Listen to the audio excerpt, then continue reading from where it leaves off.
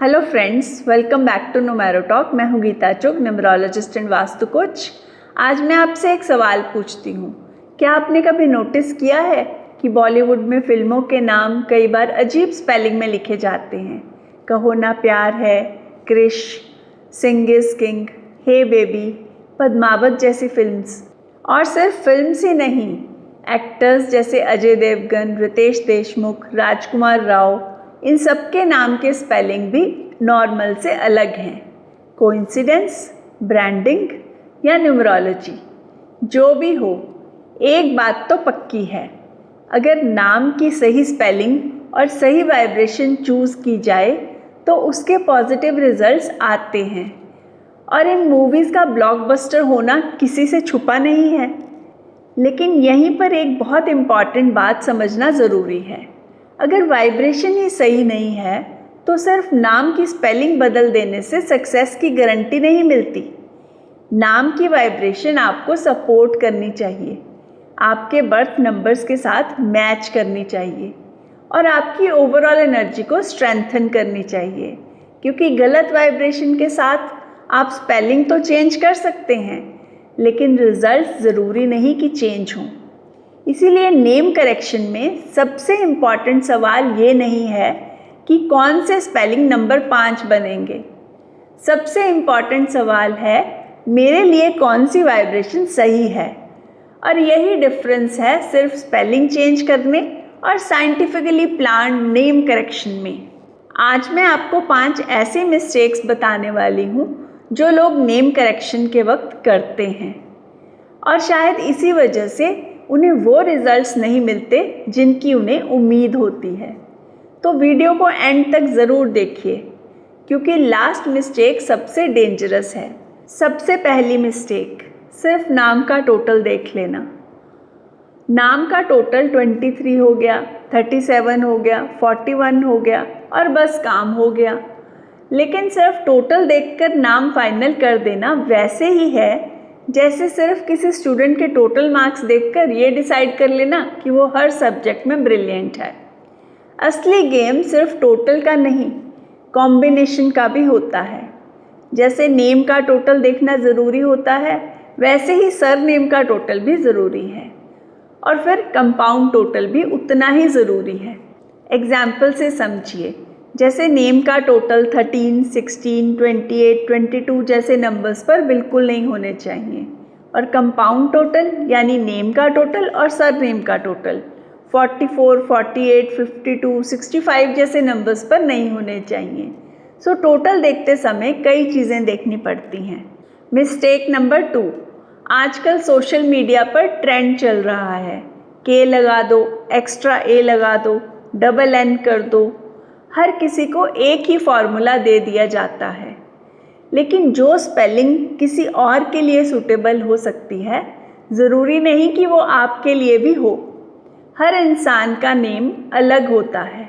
कुछ वाइब्रेशंस और साउंड्स अच्छी नहीं होती, जैसे सू साउंड, नील साउंड, सैड साउंड अच्छी नहीं होती, और वहीं AR sound, win sound, on sounds ये अच्छी हैं। जैसे एक और बात, आई को ज़्यादा बार बढ़ा देंगे तो ड्राइनेस इश्यूज आ सकते हैं, ए को ज़्यादा बार बढ़ा देंगे तो इम्यूनिटी वीक हो सकती है।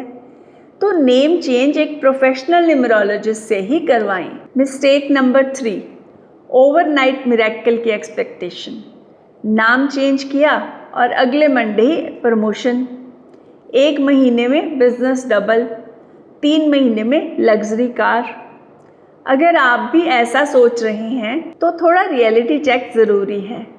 लाइफ में रिजल्ट्स अक्सर कई चीज़ों पर डिपेंड करते हैं। एफर्ट्स, अपॉर्चुनिटीज़, स्किल्स और सर्कमस्टांसेस भी उनमें शामिल हैं। न्यूमरोलॉजी मैजिक स्विच की तरह नहीं है। यहाँ मैं आपको एक बात क्लियर करना चाहती हूँ, आपका नाम सिर्फ कुछ लेटर्स नहीं है, ये वो पहचान है जो सालों से आपके साथ जुड़ी है।